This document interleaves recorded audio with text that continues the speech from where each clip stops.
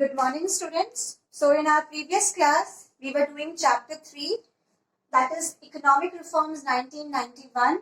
And in this, we had done liberalization was adopted by the government of India in 1991, where we had already covered the 3 reforms under liberalization. First we did was industrial reforms. Second we did was financial reforms. And the third one, tax reforms. Now today the remaining 2 reforms we will be doing in our class. The first reform, that is the 4th reform under the liberalization, was foreign exchange reforms. Foreign exchange reform. Now under this reform, the first step which the government took was devaluation of rupee. Devaluation of rupee. The government devalued the rupee. Now what do you mean by devaluation? Devaluation refers to fall in value of domestic currency against foreign currency by the government. Now, under this reform, the government devalued their own currency in order to increase exports of the country, because prior to 1991, we had seen that even though the import substitution was adopted, there was a fall in exports. The reason for this was that our Indian domestically produced goods were not able to compete with the international standards in the market, foreign market, in terms of quality as well as in terms of money. Now the second step which under this reform the government took was deregulation of foreign exchange market. Now prior to 1991, we were using fixed exchange rate system. In fixed exchange rate system, the foreign exchange rate is fixed by the government. Now in this reform, in the foreign exchange reform under liberalization, government initiated the flexible exchange rate system under which the determination of foreign exchange rate was given in the hands of market forces, that is the demand and supply of foreign currency in the domestic market. And by adopting the flexible exchange rate system, the government deregulated the foreign exchange market. Next reform which was adopted under liberalization was investment and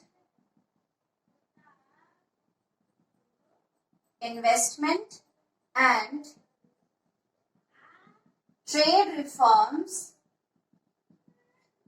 Now under this we had seen that the first thing which the government did was they dismantled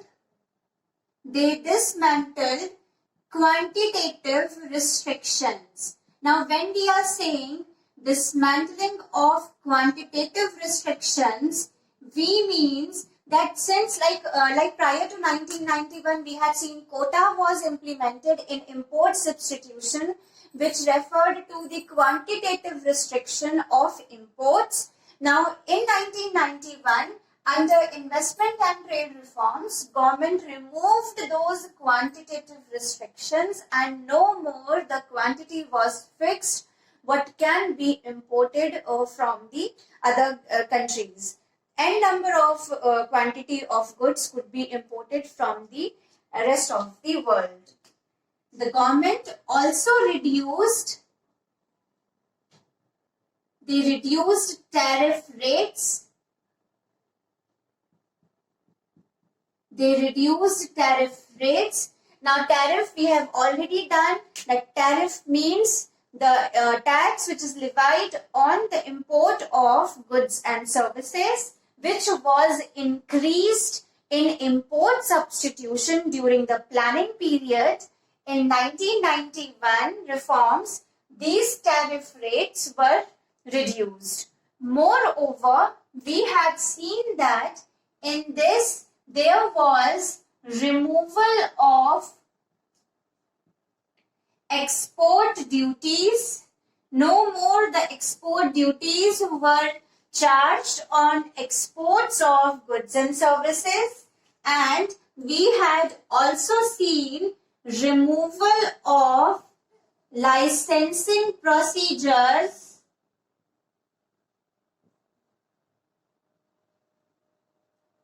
for imports. Now these were few reforms which we had done in investment and trade reforms. We dismantled our quantitative restrictions, that is, the quota was removed. We have reduced tariff rates, the import duties were reduced so that imports could be encouraged. Removal of export duties was done so that the Indian goods, they are not expensive in foreign market and they can compete with the foreign foreign goods in foreign market. And further, there was removal of licensing procedures for import. Recapitulate the entire liberalization topic. Under liberalization, we have studied 5 reforms. The first reform which we have studied was industrial reforms. Under industrial reforms, we have studied that industrial licensing was abolished. Public sector's role of leading one was removed.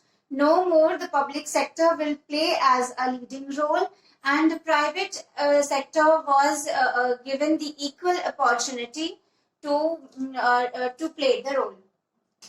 Then in second reform which we have studied was financial sector reform. Under the financial reforms, we have studied that the role of RBI was reduced to only be a facilitator. Earlier, where RBI was a regulator of the financial institutions, now its role was reduced to be a facilitator. Moreover, the private sector banks started coming up after adoption of the financial reforms under liberalization, and you had also seen the foreign banks coming after this reform. The third reform which we studied was tax reforms. Under the tax reforms, the rates of taxes was reduced in order to reduce the tax evasion. Economists believed that if the tax rates are reduced, then tax evasion can be reduced to the large extent. Tax evasion means not making the payment of their tax liability. Further, there was simplification in tax procedures done, and in the recent times you would have seen goods and service taxes have been established, where the various type of indirect taxes is brought into the same bracket, that is goods and service taxes, that is GST. The fourth type of reform which we have studied in liberalization is foreign exchange reform. Under foreign exchange reform, devaluation of rupee was done by the government and the deregulation of foreign exchange market was done. The last reform which we have adopted under liberalization was investment and trade reforms. Under this, we had seen that there was dismantling of quantitative restrictions. there was removal of export duties, there was reduction in tariff rates, that is import duties, as well as there was removal of licensing procedures for imports.